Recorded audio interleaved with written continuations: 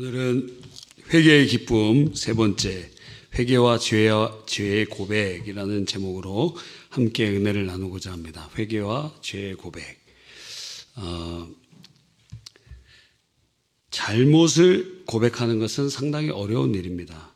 오늘 2부 때 제가 어떤 예화를 들었는데 기억에 기반해서 이렇게 얘기를 했는데 그 시점이 한 15년 정도 차이가 20년 정도 차이가 나는 이 얘기였습니다. 그래서 이렇게 혼동이 될 때도 있고 그것을 교정하는 것을 드러나는 것은 쉬운 일이 아닙니다. 북한에서는 생활총화라는 게 있어요. 생활총화. 그것을 통해서 이제 자아 비판과 상호 비판을 하는 것입니다. 소속된 당이나 기관, 근로단체에서 매주 혹은 매월, 매 분기, 연별로 각자의 업무와 공사 생활을 반성하고 상호 비판을 하는 모임을 생활총화라고 합니다. 이 생활총화를 통해서 이제 자기의 잘못된 점을 공개적으로 얘기하는 거예요. 발표하는 그런 것을 자아 비판이라고 하고, 동료의 잘못을 지적하고 비판하는 것을 상호 비판이라고 합니다. 이 생활총화를 통해서 북한은 주민들의 일상생활을 감시하고 통제하고 조직의 사상적 통일성을 유지하려는 목적을 가지고 있다고 합니다. 이것은 소련에서부터 시작된 것으로 추정되는데 어떤 사람은 이것을 이렇게 얘기합니다. 소련에서 스탈린주의 정권이 개인의 내면을 지배하고 이데올로기적 복종을 하게 만들기 위해서 설계한 심리적 고문이다.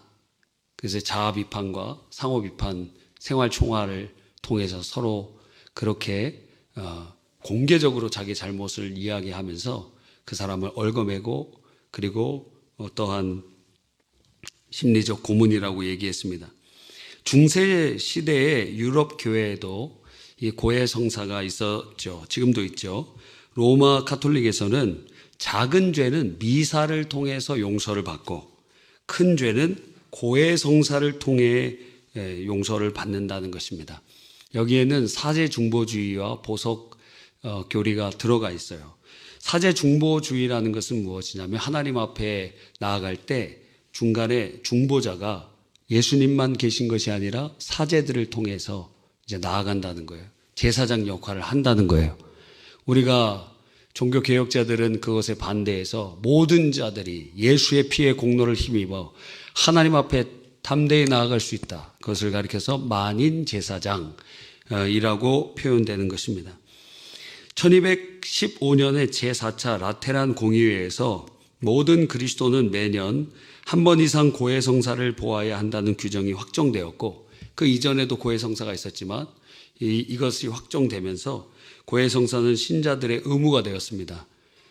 교황도 자기가 고해하는 사제가 따로 있어요. 종교개혁자 중에 칼빈은 카톨릭에 주장하는 이러한 성례들을 비판하고 주님이 직접 행하라고 하신 것은 고해는 성사가 아니다.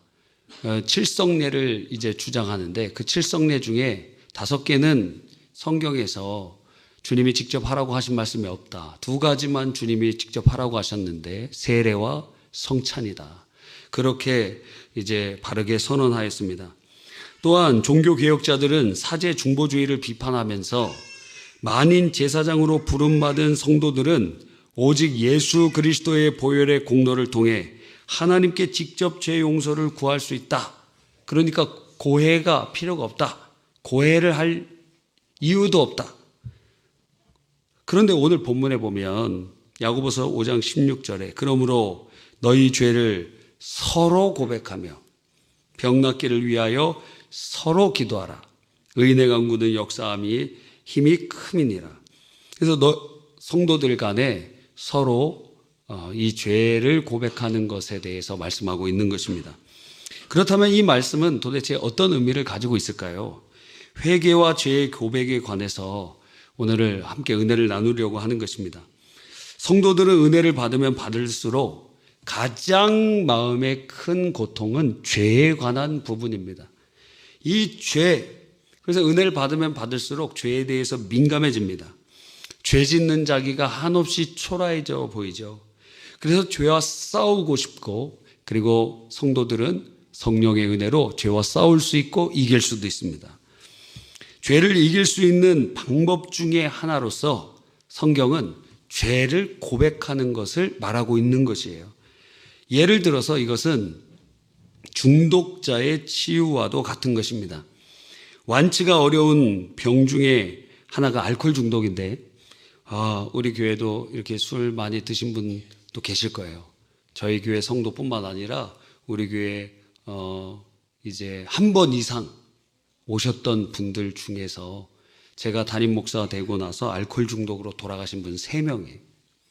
3명이나 돼요. 한 분은 30대인데 알코올 중독으로 돌아가셨고, 또 한 분은 한 50대 정도 되었는데 알코올 중독이 원인이 되고 다른 것을 통해서 돌아가셨고, 또 한 분은 알코올 중독으로 굉장히 심하게 있었는데 치유되다가 과정에서 돌아가신 분도 계세요. 이 알코올 중독을 끊는 것은 굉장히 어렵습니다. 그래서 알코올 중독 처음 단계는 뭐 이렇게 술이 뭐 기분 좋아서 먹는다 그러잖아요. 그 다음에는 나중에는 뭐 그런 얘기가 이제 레파토리예요. 나는 술을 좋아하는 게 아니라 술을 먹는 분위기가 좋아서 먹는다, 이렇게 얘기하고. 두 번째는 자기가 먹고 싶어서 사람들을 부릅니다. 오늘 술 한잔 어때? 막 술 한잔 어때? 그래. 그 다음에 어떻게 돼요? 집에서 이제 혼자 먹기 시작하고, 그리고 나중에는 밥도 안 먹고 술만 먹게 됩니다. 술에도 칼로리가 있기 때문에. 그래서 술만 이렇게, 밥을 거의 안 먹어요. 여러분, 그러면서 죽어가는 것입니다. 이 알코올 중독에 빠지면 자기도 망가지고 가족도 망가지고, 너무도 많은 사람들이 이 알코올 중독에 인하여 고통을 당했기 때문에 선교사들이 처음 우리나라에 들어와서 우리나라를 병들게 하는 걸 몇 가지를 꼽았어요. 하나는 도박하는 거, 그리고 또 하나는 술 먹는 거, 또 하나가 첩을 드리는 거. 이 3가지 하는 사람은 절대 세례 못 받는다. 그렇게 하면서 그걸 끊고 들어오도록 그렇게 얘기하고, 청교도적인 전통이 우리 안에도 남아있는 것을 보여주고 있는 것입니다. 이 죄를 이길 수 있는 방법, 알코올 중독자들 그 모임 중에 AA 모임이라는 게 있어요. 그래서 이것은 알코올 중독자 무명 임의의 모임이라고도 할 수 있는데, 그 알코올 중독자 AA 모임에서 첫 번째 단계 알코올 중독을 벗어나기 위해서 하는 것이 내가 알코올 중독자라는 것을 시인하는 겁니다. 보통 알코올 중독자들은 자기가 의지적으로 술을 끊을 수 있다고 얘기해요. 중독자입니다. 끊어보세요, 그러면. 말을 할 필요가 없고 끊고 증명을 하라, 이거예요. 그런데 대부분의 알코올 중독자들은 나는 내 의지로 끊을 수 있어. 다 중독자입니다. 진짜 끊으려고 하는 사람들은 자기가 알코올 중독자라고 고백하는 그 1단계부터 시작되는 거예요. 나 알코올 중독자입니다. 나 도움이 필요합니다. 그럴 때부터 치유가 시작된다는 거예요. 여러분, 성도 간의 죄를 고백하게 하실 때가 있는데, 이때 바로 내가 이런 죄를 범하고 있습니다. 그것을 내가 토설하면서 고백함을 통해서 죄를 끊어내는 첫 단계에 들어가는 경우들도 있다라는 거예요. 자기만 아는 죄를 다른 사람에게 공개한다는 것은 굉장히 어려운 일입니다. 아무도 그렇게 하고 싶지 않습니다. 그런데 어떤 사람이 매장당할 각오를 하고 자기의 추한 죄를 고백을 합니다. 그 순간 사람들은 충격을 받죠. 도대체 누가 저런 부끄러운 죄를 고백할 수 있는가? 어떻게 저럴 수 있는가? 그런데 조금 더 나가면 성숙한 공동체일 경우에 주님이시구나, 주님이 다 알고 계시구나 하는 것입니다. 그래서 하나님께서 우리들을 교정하게 하시기 위해서 회개하게 하시는데, 그 회개를 어떨 때는 서로 고백하기를 원하실 때가 있다라는 거예요. 언제나 고백하는 건 아니지만 나중에 또 말씀드릴 것입니다.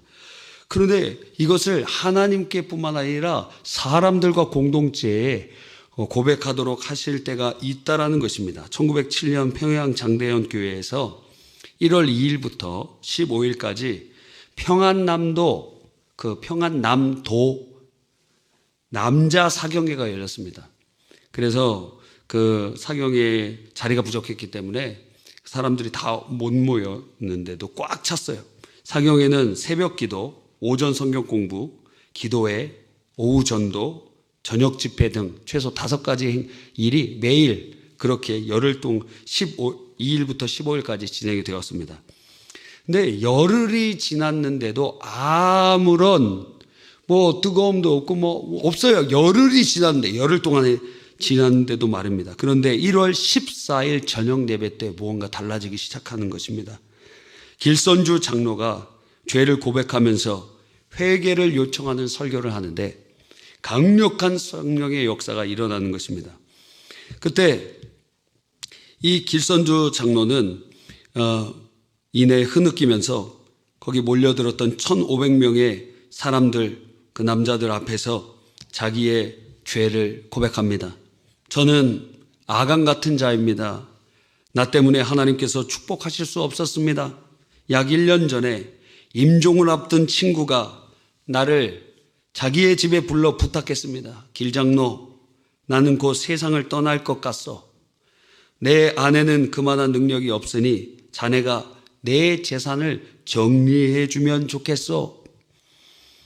그래서 그 재산을 관리하던 중에 그 부인한테 주어야 될 100달러, 당시 100달러면 상당히 많은 돈이죠. 100달러를 사취한 거예요.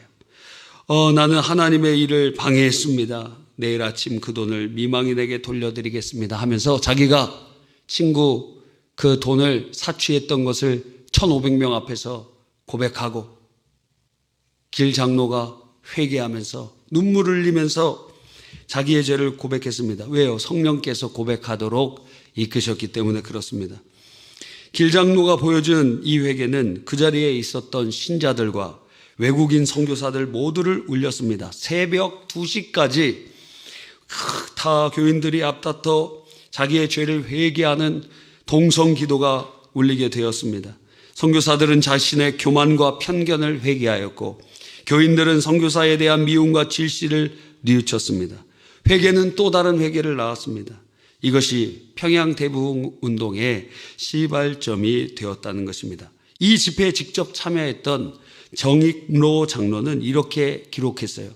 그날 밤에 길선주의 얼굴은 위엄과 능력이 가득 찼으며 순결과 성결로 불붙었다.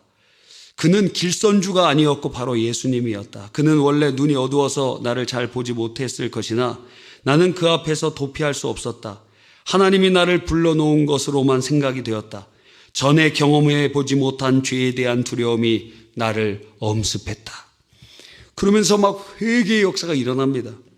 새벽 2시가 되어서 이제 다 흩어지게 되는데 내일 아침까지 남아서 자신의 죄를 회개할 사람은 회개하시라 그랬는데 500명에서 600명이 남아서 밤새 회개하고 주님 앞에 자기의 죄를 고백할 뿐만 아니라 사람들 앞에서 자기의 죄를 인정하고 고백하게 되었다는 것입니다. 여러분, 오늘날 교회에서 하나님의 능력이 사라지고 있는 이유 중에 하나는 서로의 죄를 고백하는 일들이 사라졌기 때문이라는 것입니다. 유기선 목사님은 이런 예를 말해요. 유기선 목사님이 선한목사교회에 담임하고 계실 때 매주 화요일 새벽에 믿음으로 사는 남자들의 모임이 있었어요. 남전도 모임인 것 같아요. 화요일 새벽에 모여서 한 주간 살면서 깨달은 것을 나누고 그리고 잘못한 것을 공개적으로 그 남자들 서로 회개하는 시간을 가졌습니다. 남자들이 모여서 이야기할 때 세상 술을 온전히 끊겠습니다. 어떤 사람은 그렇게 얘기하고 직장에서 불의한 방법으로 계약하지 않겠습니다. 또 집에서 화내고 짜증내지 않겠습니다. 작은 법이라도 꼭 지키겠습니다. 서로 그렇게 고백하는 이야기를 들으면서 유기성 목사님의 마음이 얼마나 뜨거워졌는지 모른다고 하는 것입니다. 또 김영재 목사님 계시는 우리들 교회에서는 이제 간증 시간이 있는데 그 중에 감동받은 사람들이 나와서 자기의 죄를 이제 고백하는데 그 교회는 이제 특별한 교회예요. 외도한 사람들이 많이 가는 교회입니다. 그래서 그 외도한 사람들 가정이 깨지고 이 비탄에 처하고 그런 사람들이 그 교회에 가서 회개하고 그리고 회복되는 특징적인 교회를 가지고 그 모습을 가지고 있는 것입니다. 한 주일에 한 번이라도 공개적으로 자기의 죄를 회개할 수 있다면 그렇지 못한 사람들과 얼마나 다른지 모르는 것입니다. 감리교회 창시자인 웨슬리 목사님도 소그룹 리더들 모임에서 자기의 죄를 공개적으로 5가지의 기준으로 매주 고백했대요. 첫 번째, 지난 모임 이후에 어떤 죄를 범하였는가. 지난 모임 일주일 전부터 한 주간 동안에 자기의 죄를 고백합니다. 그리고 어떤 유혹을 받았는가. 세 번째, 어떻게 그 유혹에서 벗어나게 되었는가. 네 번째, 그것이 죄인지 아닌지 확실치 않은 어떤 생각이나 행동이 있었는가. 내 안에 분별이 잘 안 되는 거예요. 이거 죄인지 아닌지 그 구분이 안 되는 것, 그것도 고백했어요. 5번째, 나에게 숨기기를 원하는 어떤 비밀도 없는가. 내가 누군가에게 숨기고자 하고 싶은 무언가, 그것이 있는가. 그거를 다 고백했어요. 매주. 이 5가지 질문을 모일 때마다 회개하면서 고백하였다는 것입니다. 하나님께서는 웨슬레를 통해서 큰 부흥을 주셨고 그래서 감리교가 세워지는 역사를 우리는 보게 되는 것입니다. 물론 죄를 공개하라고 해서 아무에게나 자기의 죄를 고백하면 안 됩니다. 죄를 고백하는 것도 분별과 지혜가 필요합니다. 제일 중요한 것은 성령께서 감동을 주실 때 해야 된다는 거예요. 자신의 영적으로 도움을 줄 수 있는 사람에게 죄를 고백하는 것이 중요합니다. 그렇지 않으면 어려움을 당할 수가 있어요. 왜냐하면 말하는 사람도 시험에 들 수도 있고 듣는 사람도 시험에 들 수가 있기 때문에 그래요. 나는 정말 주님을 사랑하는 마음으로 내 죄를 이겨내기 위하여 내가 그냥 고백을 했는데 그런데 그 고백이 돌고 돌아서 어떻게 됐느냐? 그것이 자기를 올가매고 사람들이 공격하는 제목이 되는 경우도 있었습니다. 평양에서 이렇게 죄고백과 대부흥 운동이 있었는데 나중에는 어떻게 되었느냐? 그걸 가지고 원수들이 공격을 하는 일들이 있어서 공개 자복하는 일들이 없어지기 시작했어요. 그러니까 누구에게 고백하느냐? 말이 적고 말 많은 사람한테 얘기하지 마세요. 그러면 그걸로 시험 들 거라고 생각하고 얘기하시면 됩니다. 말 많이 하는 사람한테 얘기하면 안 되고, 2번째, 비밀을 지켜주지 않을 사람한테는 얘기하면 안 됩니다. 다 경험해 보면 알잖아요. 비밀 지켜주는지 안 지켜주는지. 예? 저희 딸이 저를 신뢰를 합니다. 왜? 뭘 신뢰하느냐? 비밀을 지켜주니까. 지금까지 지켜주고 있습니다. 그런데 상담은 엄마한테 해. 그 말은 뭐죠? 말해달라는 거라고 볼 수 있는 거죠. 말해달라. 왜? 비밀을 지켜주는 죄가 있는데. 왜? 엄마는 공감을 해주지만 비밀을 지키지는 않습니다. 저한테 다 얘기해줘요. 저는 비밀을 지켜줘요. 그럼 비밀을 지키려면 상당히 스트레스를 받습니다. 그렇죠? 왜 우리가 마음에 담아두지 못하느냐? 그것 자체가 스트레스가 돼요. 누군가의 무거운 짐을 같이 지는 행위이기 때문에 상당히 어려운 거예요. 그래서 상담자 중에 전문직 중에서 자살률 1위가 상담사예요. 왜? 다른 사람의 무거운 짐을 자기가 듣고 그것을 짊어지고 가니까 거기에 짓눌려 버리는 거예요. 예, 힘든 일이에요. 어려운 일입니다. 그러니까 저한테 뭐 상담 크게 하려고 오지 말고 기도 많이 하시기 바랍니다. 주님이 최고의 카운셀러 되시는 것 아닙니까? 예, 뭐 목사님한테 와서 뭐 할 말이 없어요. 뭐 기도해 보십시오. 그렇게 그거밖에 없어요. 왜? 그게 정답이니까. 근데 상담하러 오는 분들은 자기가 몰라서 오는 게 아닙니다. 다 알고 그냥 얘기하려고 오는 거예요. 자기한테 담아두니까 어려우니까. 그럼 다른 사람 듣는 사람도 힘들다 이거예요. 그러니까 보통 사람들은 듣고 또 다른 사람한테 얘기하는 거예요. 왜? 너무 무겁고 힘드니까. 비밀을 지키는 사람들은 아주 적습니다. 그래서 스트레스를 감내해야 돼요. 야, 여러분, 지금 제 자랑하는 게 아닙니다. 그래서 누구한테 고백을 하는가? 존 메가더 목사님은 이렇게 세 가지 범주를 얘기했어요. 첫 번째, 하나님께만 지은 죄는 하나님께 회개한다. 두 번째, 사람에게 지은 죄는 그 사람에게 회개한다. 하나님께도 회개하고 사람에게도 회개해요. 왜? 이거는 모든 죄는 하나님께 범하는 죄이기 때문에 무조건 일단 하나님께 회개하고 사람에게 잘못한 것이 있으면 사람한테도 회개해야 된다. 세 번째, 공동체에게 지은 죄가 있으면 공동체에 공개적으로 자복한다. 그렇게 이제 정리를 해 놓으셨더라고요. 참 맞는 것 같습니다. 그런데 내가 하나님께만 짓고 하나님 앞에서의 은밀한 죄를 범했을지라도 성령이 강권하시면 얘기해야 될 때도 있습니다. 하나님 고백하시기를 원하세요. 하나님께서 그렇게 공개하기를 원하시는 거예요. 사실 여러분의 삶의 많은 부분들이 숨겨져 있으니까 여러분 선입견을 갖지 못하죠. 우리가 비밀을 다 알고 있으면 낙인을 찍습니다. 그래서 신앙이 좀 어느 수준에 있는 이상이 있는 사람한테 얘기를 해야지, 그렇지 않으면 사람들이 그 듣는 사람이 여러분 낙인 찍어요. 이 사람 이런 사람, 저 사람 저런 사람. 그래서 낙인 효과가 나오게 됩니다. 주홍구 씨처럼 여러분에게 있을 수 있다라는 거예요. 그러나 성령께서 강하게 감동하게 하실 때는 어떨 때는 공개적으로 우리가 고백해야 될 때도 있습니다. 그런데 기독교의 역사를 보면 이렇게 성령이 강하게 역사하실 때 사도행전에 보니까 사람들이 와서 자기의 죄를 자복하더라 그랬어요. 왜? 견디지 못하겠으니까. 하나님의 빛이 막 비추니까 자기의 죄를 담고 있을 수가 없어요.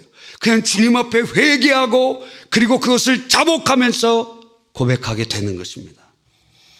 회개는 고통스러워 보이지만 사실 우리가 사는 길입니다. 우리가 구원받으려고 회개하는 게 아닙니다. 구원받았기 때문에 회개하는 것입니다. 예? 우리는 만약 구원받지 못했으면 회개를 안 받아줘요, 주님이.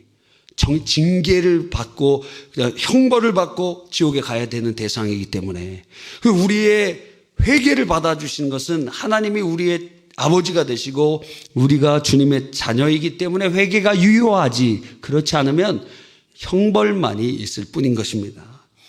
우리는 구원받았기 때문에, 우리는 의롭다함을 받았기 때문에, 하나님의 자녀이기 때문에 회개하지, 구원받으려고 하나님의 자녀가 되려고 회개하는 게 아닙니다.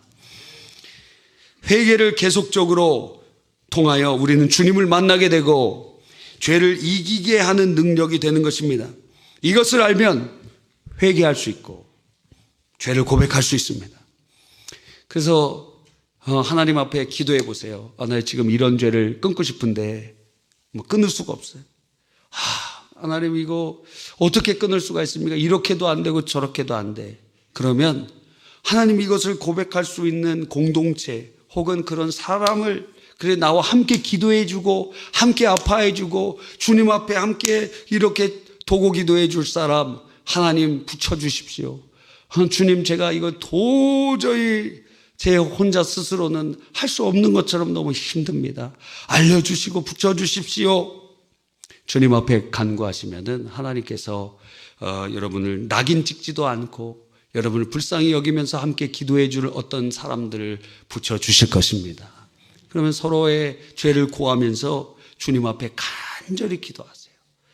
여러분 정리해 보면 회개를 공개적으로 하는 것을 법적으로 세우는 것은 로마 카톨릭으로 회개하는 일입니다. 그거는 성경적이지가 않아요. 고해 성사를 해야 된다. 그 성경적이지가 않아. 그러면 그렇다고 한다면 성령의 그럼에도 불구하고 성령의 인도에 따라서 주님께서 공개적으로 회개하라고 하실 때가 있으면 그것을 고백할 때 성령님의 역사가 일어나는 통로로 쓰임받을 수 있다라는 것입니다. 신앙생활에 기도해 줄 수 있는 성숙한 공동체 안에서 서로 죄를 고백하면서 함께 기도하는 것 그 자체로 주님께서 그걸 보시면서 너가 죄를 이겨내려고 몸부림치고 있구나. 혼자서 어떻게 이게 안 되니까 나를 위해 기도해 달라고. 내가 이 죄에 묶여 있어서 내 스스로 벗어날 수가 없다고. 나를 위해 기도해 달라고. 나는 이렇게 오늘도 부족한 잘못을 했다고 나를 불쌍히 여겨달라는 기도를 부탁하면서 할 수 있다면 하나님께서는 그 모습 그 자체가 어떤 포멀한 회개의 폼은 아니지만 그러나 서로 자의 죄를 고백하면서 몸부림치며 죄와 싸우는 그 모습을 보시고 은혜를 주시는 것 같습니다. 그러한 의미에서 죄를 고백하는 것은 죄를 이기는 한 방편으로 쓰임받을 수 있다라는 거예요. 여러분, 오늘부터 매일매일 회개할 뿐만 아니라 여러분의 그 죄를 고백했을 때 구설의 거리로 삼지 않고 여러분을 위하여 침묵하면서 함께 아파하고 기도해 줄 사람이 있다면 그에게 죄를 고백하되 그것은 왜 하는 거예요? 죄를 이겨내기 위해서 하는 거예요. 죄를 이겨내기 위해. 그것이 어떤 포멀한 폼이 아니라 죄를 이겨내기 위해서. 여러분, 하나님께서 큰 은혜를 베풀어 주시기를 간절히 바랍니다.